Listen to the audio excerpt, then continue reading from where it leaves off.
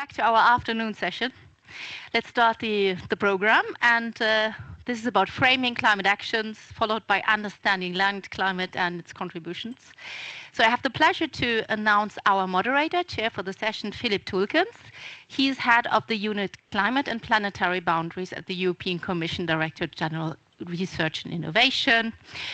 We have been closely working together with JPI Climate for quite a long time, and this is also that I know that before embarking with the European Commission, Philippe has been a researcher, climate researcher himself. So I break the news for you, and very well suited to guide us through the next sessions. Philippe, the floor is yours. Okay, thank you very much, Petra. Welcome. We'll talk about the future, framing climate actions to 2050 and 2100 in this session. I won't go for a long introduction. We'll have a presentation by Ioannis Dafnomilis, a researcher from PBL in the Netherlands. It's the Dutch Environmental Assessment Agency. I think he's also at TU Delft, the technical university in Delft. And I'm very keen on hearing about scenarios. I see that several in the room are IPCC focal points, and they all certainly remember the long discussions on scenarios and the long discussion on equity in scenarios and so on. So it's a hot topic on which I'm really curious to hear Ioannis, if he's online. Yes, I'm here. Can you hear me?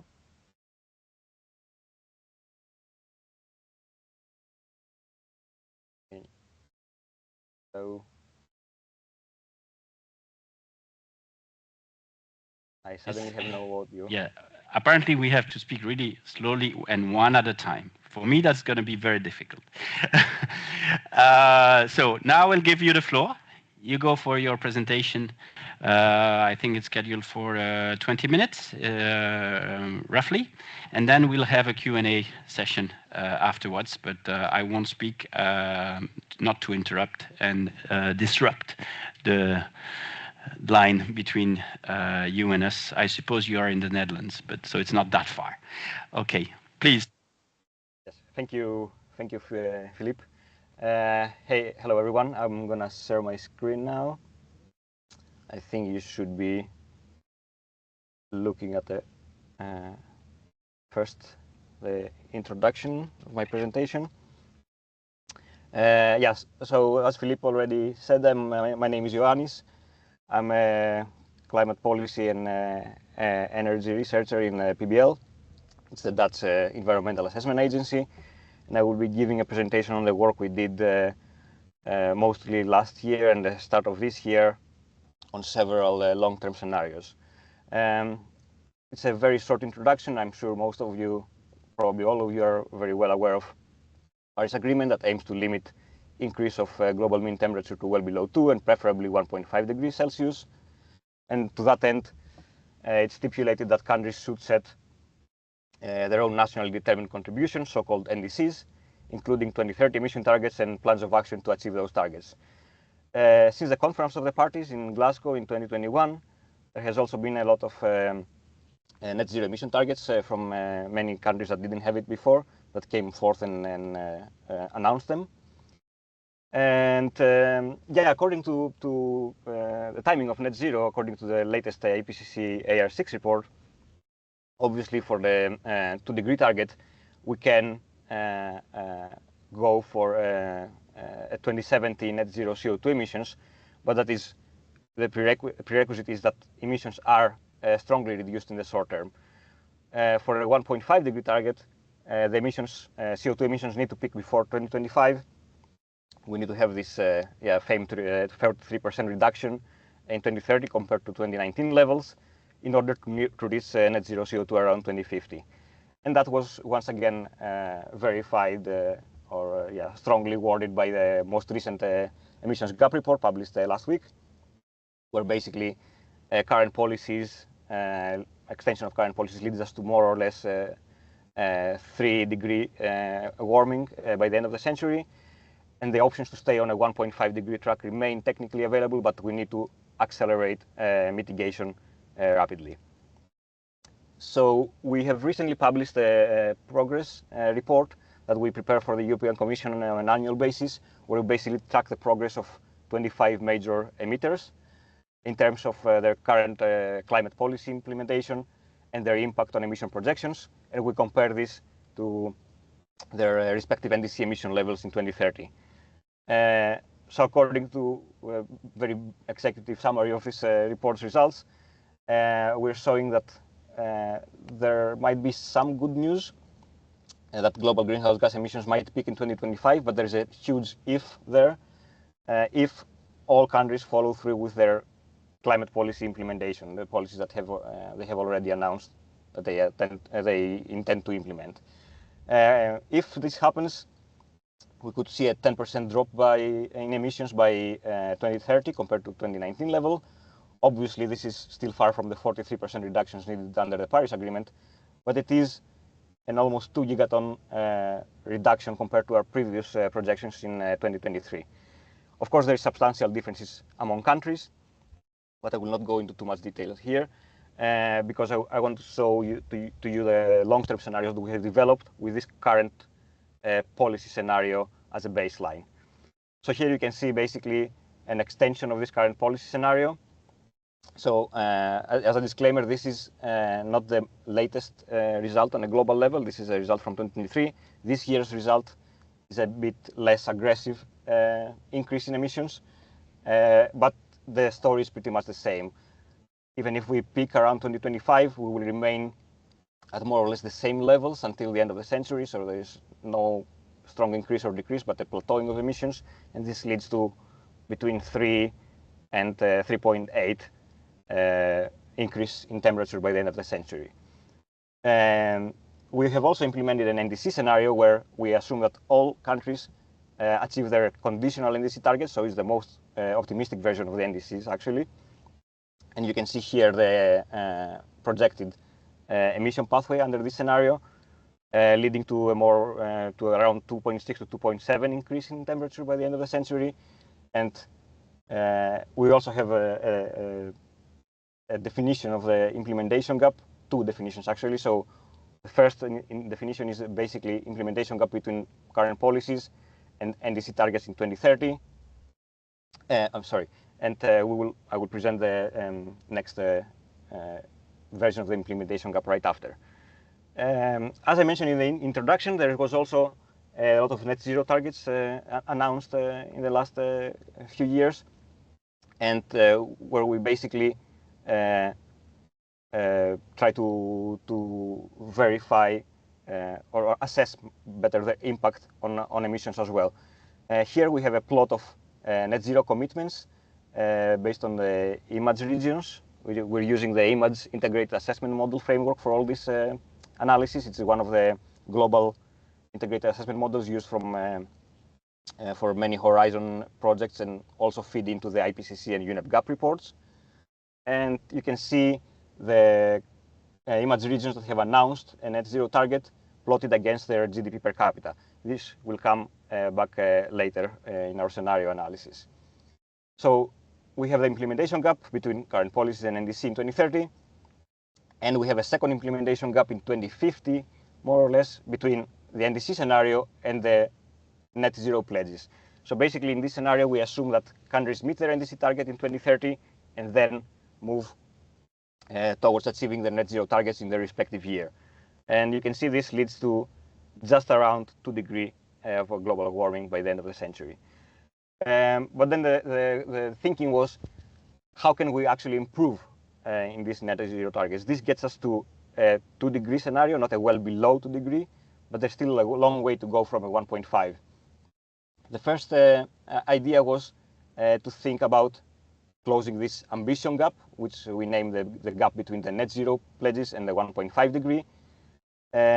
Basically align the net zero targets with their respective year. So let's assume that countries do not meet their NDC anymore, but just start mitigation efforts immediately. That was 2023 in our case, because that's when we did the scenario development for this work. So basically, we skip completely the NDC, meeting the NDC part of the pledges. This slightly decreases the temperature as well, bringing us to well below 2 degrees, so around 1.7 to 1.8 degree increase by the end of the century. And then the idea was, let's do an exploratory work. How far can we push these pledges, basically? So what we did was based on the relationship we had found earlier on countries that have a net zero target plotted against their GDP per capita. Let's assign a net zero target on the rest of the regions that we have in the image model. You can see here, it's quite a populated graph, but we basically assign each image region a net zero target based on their GDP per capita. And if we plot this as well, we call this scenario broadening the net zero targets. We have a much better picture here. We do achieve net zero greenhouse gas emissions around 2070, and we go a little bit into the negative territory as well for the rest of the century. But in terms of temperature, we are well below 1.2 degrees, I'm sorry, but we're still not close to 1.5, mostly because we reduce at a much slower pace than a cost-optimal 1.5 degree scenario. And the last part was pushing the boundaries a bit more. So what if we bring all the net zero targets forward 5 years in the 5 years? So if the EU that has a target for 2050, what if it was 2045? Same for USA, similar for China, India, etc. And this leads us to the strengthening of the net zero pledges, which, as you can see, only has marginal effect. So for the model, it's not really possible to achieve a target, on a global level, to achieve the targets 5 years in advance. So it's 1 or 2 years better than the broadening scenario, and also marginal improvements in the temperature increase by the end of the century. Still quite some way from reaching the 1.5. And what does this mean on sectoral and regional impact assessment as well? We have separated all the regions in 3 major aggregations. So basically, one is the OECD region, which includes all the OECD regions, and then 2 non-OECD regions. One with all the countries that have a net zero target, and one that do not have. And this graph basically shows the emission reductions that each scenario contributes on a sectoral level per region. You can see for the OECD regions, just managing to implement the NDC targets almost gets us to net zero. There's a 2 gigaton emission gap remaining, which is covered by the actual net zero targets. And for the non-OECD countries that do have a target, it's the implementation, obviously, of the net zero target that is crucial. The NDCs on their own are not really enough to bring about any substantial emission reduction. And of course, for the non-OECD without the target, as expected, only when we broaden our scenario to include them as well do we see any type of meaningful emission reductions. The electricity, which is the pink shaded one area in the graph, and the FOL, which is the light green shaded one, obviously have the lion's share of emission reductions in every scenario, with known CO2 remaining relatively stable in all scenarios. And if we look at some primary energy supply or energy transformations, we can see that almost in every scenario, other than the current policy ones, unabated fossils must be the new norm in order to transition. We need to couple this with scaling up of renewable deployment in any form, solar, wind, hydro, even bioenergy to some extent. And it is possible to do that without relying extensively on CDR methods, at least for CO2 neutrality. For greenhouse gas neutrality, that would be a bit different, of course, the picture. And obviously, between the regions we have, as you can see in the graph, between the regions we're looking at, there is an optimum mix of mitigation that differs per region. So we have different combinations of percentage of solar, wind, in some cases nuclear, in some cases bioenergy that gets us there. So if we want to sum up briefly, in order to keep the 1.5 degree target alive, the current policies and the existing NDCs do not come close to the Paris goals. At best, we have a stabilization of emissions, where we need a deep cut. And even though the recent net zero target announcements are a big step forward, and the broadening can close part of that gap as well, it is crucial that the governments deliver on their targets, on what they promise, on what they have agreed to. Obviously, there is no binding. The NDCs and the net zero announcements are not binding targets, but there needs to be some credibility to the national announcements as well. There is no need for more and more ambitious targets, but we need to have in the long term, but we need to have deeper and sustained mitigation before 2050 if we want to stick to the 1.5 degree target. And that means no transitioning to no unabated fossil fuels, and electrification where possible, either in the form of electric vehicles, rise in the use of heat pumps, etc. And it's also important to keep in mind that for just stabilizing the temperature, we can do it with just reaching CO2 neutrality with just reductions in the non-CO2. We don't need to go to total neutrality. We can achieve that later, which will lead to a decrease in the global temperature as well. Yeah, that was my main presentation, so I'll be happy to answer any questions. Thank you.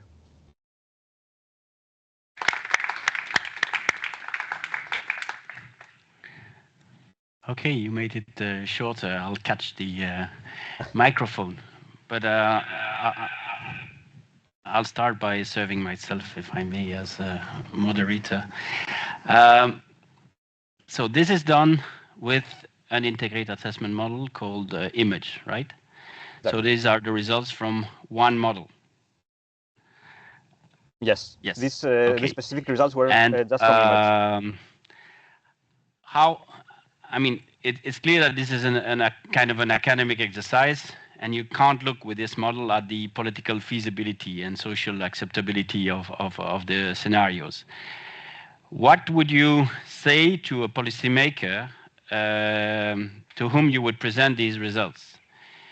This policymaker would go to the COP and discuss about the global stocktake. And what do your results tell him? Yes. So yes, indeed, there is no social acceptance dimension or political feasibility in the integrated assessment models. There's a lot of research that can be done post model development and running, and basically, I think that the outcomes of the global stocktake cover that part pretty well. They both looked into the technical aspect of the transition, and basically the outcome was, well, we're not where we should be, but there are ways to get there. So what the models do is present an exploration. Of course, if we lose more models, we increase the range and the possible pathways to get there in a what-if scenario approach. We can present the different technical paths to get there, but then it is also, as the GST outcomes stipulated, it's also a huge part relies on international cooperation. So can we get the funding to where it needs to be? Can countries agree or at least stick to their self-declared contributions? That is also, I think, one of the main, especially the finance part, is one of the main focus of the upcoming COP. So I would say that, yeah, the technical potential is still there. We can see that with all the modeling we can do, but there needs to be a huge increase in communication, international communication, cooperation, and specifically in financing decisions. Unfortunately, I'm not an expert in the financing part, so I cannot provide exact advice to the policymaker. But that would be my urge on focusing on this on COP29, basically. I'll allow myself one more question. As I said before, we had very long discussion with some countries in the IPCC approval session, in particular India. I think we can even mention them. And they expressed much concern and repeatedly concerns about the way equity considerations were included or not included. And your colleague Detlef van Vuren had a hard time on the podium. He did very well. But what can I say next time I meet my Indian colleagues in the IPCC meeting to show what you have done to reflect or not reflect their concerns? Yes, yes, indeed. Also, so these scenarios are cost effective, or depending on the type of model, if we look at other models, cost optimal scenarios. So fairness and equity are not taken into account. However, there is a lot of work being done as well. We can expect that fairness and equity will be a focus part on the next IPCC report as well. And to that end, we have already, if I can share my screen again, just a very short presentation. Certain colleagues in PBL, in the image team, have developed a tool. It's basically, it's called the Carbon Budget Explorer, where basically it's an open source dashboard that anyone can join and explore various pathways under different fairness and effort sharing considerations. So basically, we can, this is fed by the IPCC scenario, ensemble of scenarios, but we, the tool reallocates the budget based on several different allocation principles. So basically, continuity of current emission trends, equality, convergence per capita, ability to pay, etc., several different allocation principles. And it can give us the, for example, for the United States, several different pathways based on these allocation principles. And again, haven't looked into that. We haven't constructed model scenarios and developed scenarios specifically with equity in mind. But there are a lot of work that is being done and can be already be done in allocating a more the remaining emission budgets in a more equitable and fair way. Of course, then comes the point of finding out how is that achieved, either by financing, what finance flows are required and available, or what technical potential needs to be, technical knowledge needs to be transferred, etc. But it is always, and it's gaining more and more traction, and it's an ongoing research effort as well. Very good, thank you. And this perhaps a suggestion for Magica or the EU-funded project behind this event is to provide updates on these key policy-relevant questions. What evolved, and as you may know, the chairman of the IPCC, Jim Ski, kind of criticized the EU for funding too much research on integrated assessment modeling, because we are dominant. 75% of the results reports in the IPCC reports come from EU-funded projects. So we strongly invite other partners from other parts of the world to also contribute, because it would help actually the negotiation if different viewpoints are better accounted for. But I should not say that to a European audience. I should go to the United States, to Japan, and encourage them to fund research in this area. But I really took this comment from Ski. It's a compliment, but also in a way a criticism that we should not be too dominant. And I thought you would be interested in hearing this. So now the floor is yours. Who has a question on this topic to Ioannis? Yes, Pierre. Thanks, Ioannis. I mean, I just had a clarification question. In your slide, you showed that, I mean, the evolution of, greenhouse gas emissions up to 2100, and the NDCs, I mean, they don't really decline much, even by the end of the century. I mean, despite the fact that most countries have a net zero target. Go back to that slide.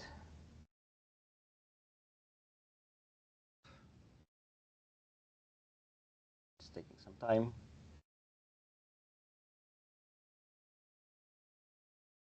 Yeah, let's stay here with all the scenarios.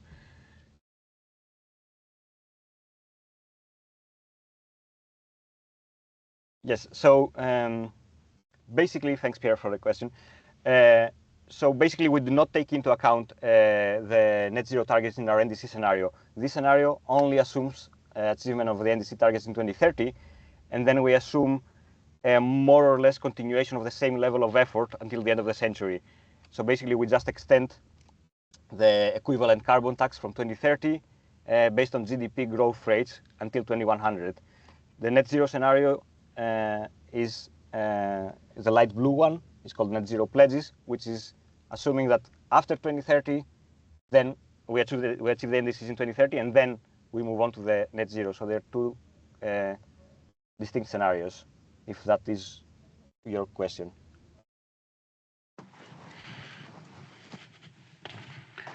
Anybody else?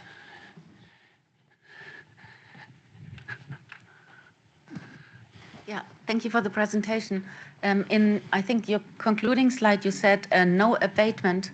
Can you go back to the slide, please? And I would like to understand what you mean with abatement. So it was further, yeah, there. No unabated fossil fuels, it says. Yes. So basically, no, well, no is obviously a very strong word. Limit as much as possible fossil fuel use without CCS. That is what I wanted to convey here. I thought so, but there is a concern that there is not enough CCS for all the CDR we will be needing if we use it already at the energy plant. Yes, yes, indeed. So I can hear myself double.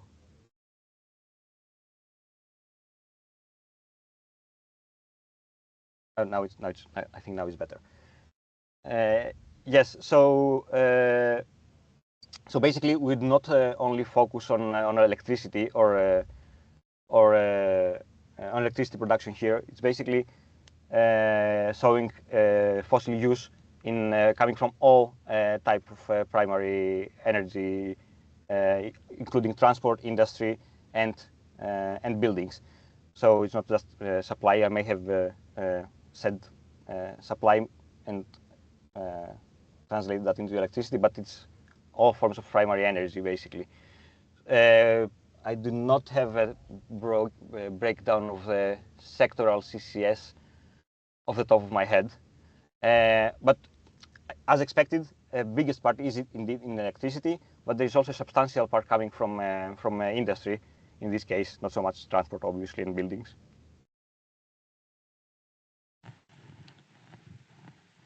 Peter. Thank you, Philippe. Thank you very much for a very interesting presentation, Ioannis. When Philippe was confronting you with the equity issue that India now apparently brings up in the IPCC and that it used to bring up in the UNFCCC negotiations for a very long time, you magically produced a couple of backup slides illustrating how different notions of equity would impact the results of the models you've been presenting with us. But Philippe, in passing, also talked about finance, and you alluded to it yourself when you were in one of the trajectories referring to the optimistic scenario where all NDCs, including the conditional NDCs conditioned by, or parts of the NDCs conditioned by support, would be implemented. As we know, finance will be really at the core of the discussions in Baku in a couple of weeks, and we hope, well, from a Belgian and European perspective, that the debate about finance funding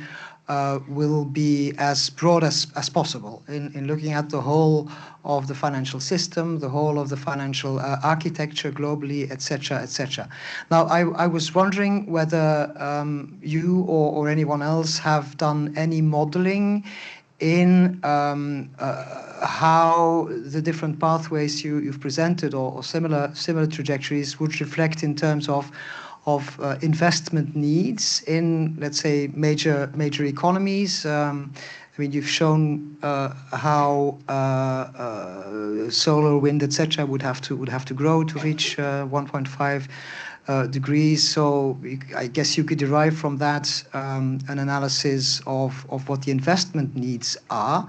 And maybe this is pushing it even further, because I'm pessimistic about what the answer will be. Also go into how barriers that exist in global financial markets, for example, impact different types of countries differently. Barriers like limitations in fiscal space, indebtedness, the cost of capital, famously also. If we want to refine our discussions in the context of the Paris Agreement of how to push countries towards implementing their NDCs and going even further, going towards their net zero pledges, etc., we have to be able to address that question in a much more granular way than we have until now. The discussion right now is quite well, basic, if I may call it that. So, any insights from the side of someone who will be in Baku on the negotiator side into whether such information exists and how we could bring it to the table would be very useful. Thank you. Thank you for the question. It's also funny watching Philippe cut the microphone every time after a question. So yeah, yes, exactly. So these scenarios do not take financing flows into account. We assume that financing is in place for every region of IMAGE, every country to be able to implement such a net zero target. Unfortunately, I'm not an expert in financing. We do have a small team here in PBL that looks exactly at what you mentioned. So basically, financing of NDCs and long-term strategy targets, where can it potentially come from? What does it mean in terms of investment?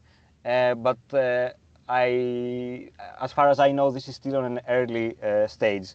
And I think the idea is that they are waiting. I'm not involved in that team, but they are waiting also on their side from the outcomes of COP29 in Baku to start quantifying to more detail the research as well. So hopefully, depending on the outcome of the negotiations after COP this year or early next year, we have some published results on that as well. But we do provide, for example, these colleagues with all this technical information in order to assist them in working out the financing gap. So you see, Peter, in integrate assessment model, we still need to integrate dimensions that are not fully accounted for. Frank. Thanks, very interesting. Just a few comments. I just going back to Pierre's comment about the NDCs and how they're extrapolated there. It would be, I think, important in your presentation to sort of avoid going too far with the NDCs, because the NDCs are going to be updated. And so, but they should be aligned with the long-term strategies. And the long-term strategies, I presume, are linked to what you call the net zero pledges. So it'll be useful to use those terms as well in terms of the terminology used within the process itself, because the net zero pledges can be controversial in certain situations and there's certain different interpretations of them. I had a question to follow up on the abatement, and I think you've left a no out in one of your slides, so I got a bit of a scare when I saw the first statement. What sort of percentage abatement are you talking about there in terms of the removal of CO2 from emissions? And then just a question, have you do you look at the sort of G7, G20 countries, and do you do sort of a mission or analysis of their trajectories that might be useful for informing their deliberations? Yes. So on the first comment, indeed, we have had also several discussions within PBL and within the integrated assessment modeling community on having a separate NDC-only scenario or rolling it up with the net zero pledges. And actually, the new terminology for the net zero pledges scenario is now NDC-LTS, which signifies moving to a long-term strategy, even if that's not necessarily a net zero target, just the emission reductions target at 2050, for example. But we decided for now, at least, it might be also useful to have an extension of the NDC just as a reminder of what happens if we just don't stop ambition after 2030. Say countries decide, well, we met our NDC targets or we got close, we don't need to do much more, just as a thought experiment. Yeah, I would say that at this point the NDC LTS scenario is probably the one we want to focus on in terms of implementation gap. And so this was the first comment. Your question was about the abatement, right?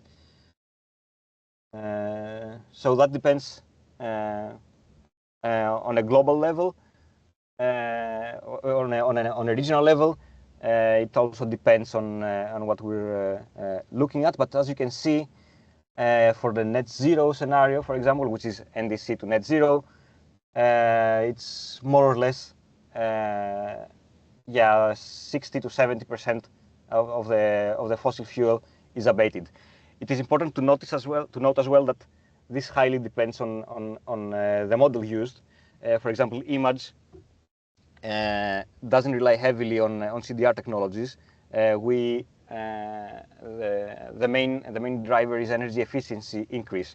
So you will see a decrease, for example, in final energy demand, and this is accompanied by relatively mild abatement of fossil fuels, because there are not a lot of fossil fuels used after the second half of the century. Other models have a different standard practices, and you can see that they go for a heavy electrification option with heavy CCS as well. So in our case, I would say, yeah, from the remaining fossil fuels, which are already decreased due to energy efficiency improvements, under a net zero scenario, yeah, 60 to 70% abatement. But in terms of absolute numbers, that is much lower than you can see, for example, in the middle row, from 300 exajoule of coal and gas, we go to about 50 or 100 max, and most of it is already abated. So most of the reductions come from reduction in fossil fuel use, and then of that, the rest from abatement. And I hope that answers your question.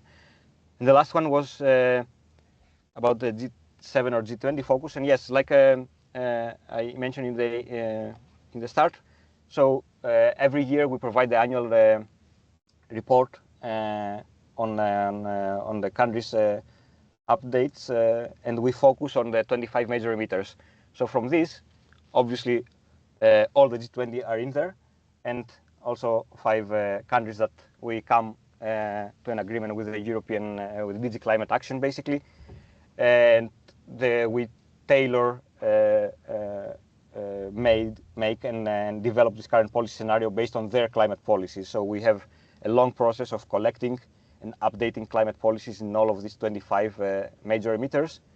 We implement each policy that we consider has a high impact in the model, and then we quantify and translate this impact into the scenario, the current policy scenario that I just presented.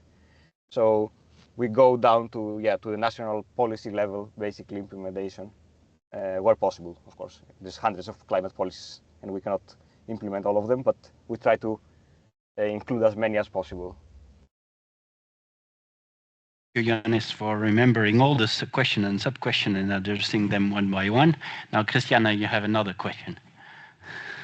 Yes, thank you.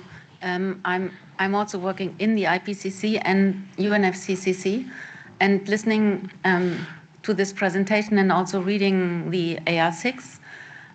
Sometimes, somehow, I wonder about the level of realism of these simulations, and therefore also about their relevance for policy making.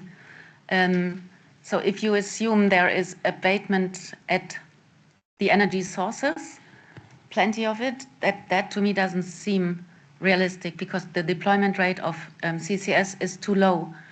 And then also, I'm not sure if I understood correctly that you assume that there is plenty of finance available. That also doesn't seem realistic to me. But then, I'm sorry to be that frank, but I'm working at the Science Policy Interface, and people who are not familiar with these models, they need to know the restrictions or the assumptions, the underlying assumptions of the models. And in this presentation, it was only explained upon questions.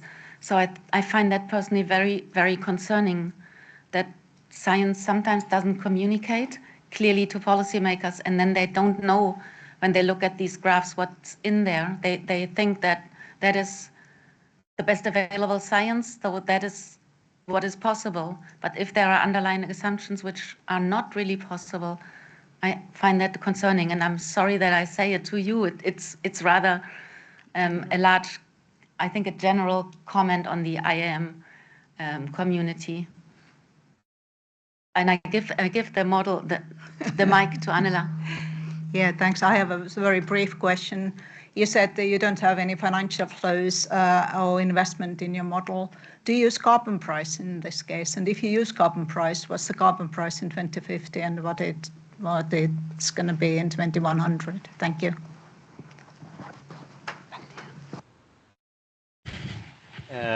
Yes, so first for the first question, yes. Yeah, of course, I mean, it is impossible to be 100% realistic.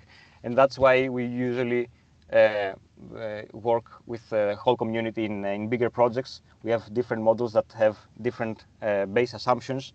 Some cover certain parts better, some less. We also try to collaborate with a lot of macroeconomic models that bring also an aspect of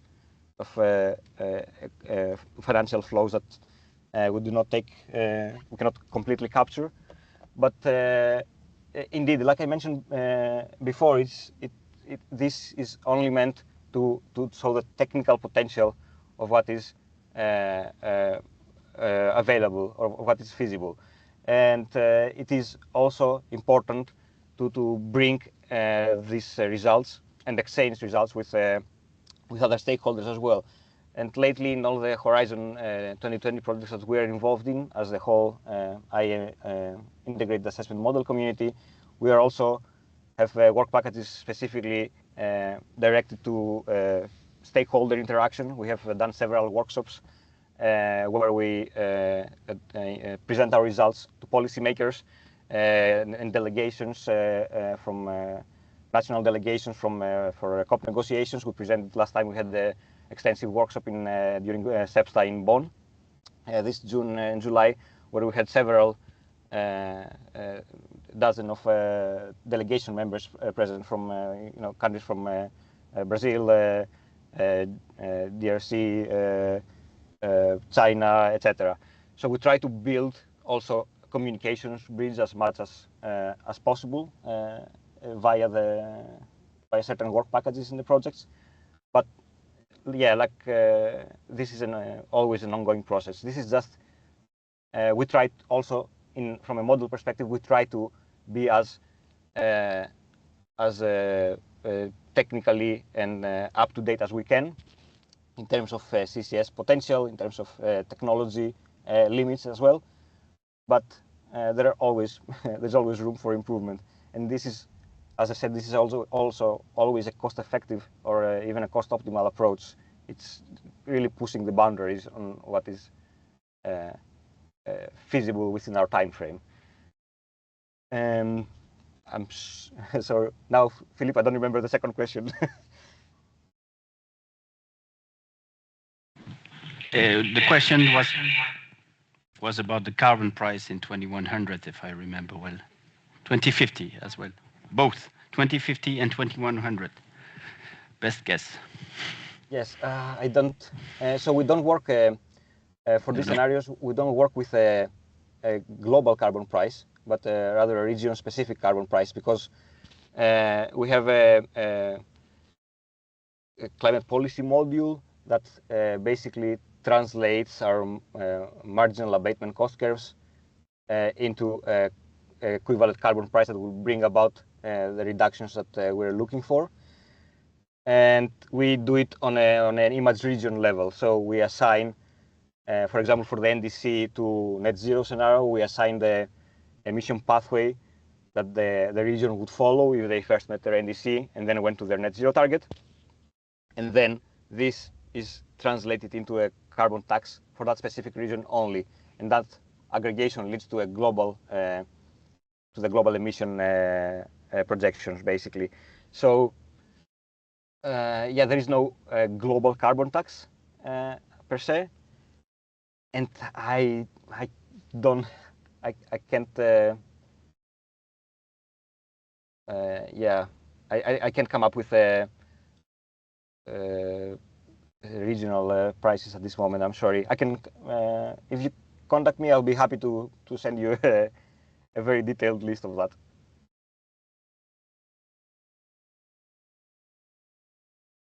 I think we will conclude. First, Ioannis, I want to thank you for this rich discussion. But I will take forward a few seconds, my hat as EC official, to hit a little bit more on one of the points. We have been encouraging since now a number of years open codes and access to codes of all type of models, including integrated assessment models, for several reasons. First, because scientifically the results need to be able to be checked by the peers, but also for the negotiations. If we still work with black boxes or with people who don't know what are the limitations of the models, the hypothesis, and so on, we will not understand each other. And I would call really for a further effort, but maybe you are doing already such efforts. I've been asking this question to Detlef van Vuren a number of times. He knows me for that. But I will hammer it again. Are you progressing in this direction towards more openness, more transparency? These workshops with delegates attending UNFCCC and IPCC are really welcome. It is great. Probably you need to do more. But in terms of communication of the hypothesis and access to the code itself, at least to the peers, is this evolving? Yes, thank you for this great pass as well, because it gives me the chance to say that maybe you have it already from Detlef as well, that we are in the process. So IMAGE was developed in a proprietary programming language from PBL, but we are currently, so it was not possible to have it open code, but we are actually in the process of transitioning to open source with moving model to Python, which will be the GitHub where the whole model code is going to be stored. It will be completely open, and everyone can see exactly what is happening. Everyone can actually propose improvements or more detailed collaboration, and we hope that this will also speed up considerably the improvements that we can make on the model through an open collaboration with everyone as well. I don't want to be too optimistic, and the last team discussion we had, this is expected to be concluded sometime in middle of 2026, the whole process. Obviously the model is quite huge and we need to make sure that everything works as expected. We are also testing each module separately. We have hired external workforce to help us with this transition, because it's quite a huge undertaking, but we are getting there, yes. Fantastic. Excellent news and good work. I wish you the best. Thank you. Thank you very much. Thank you.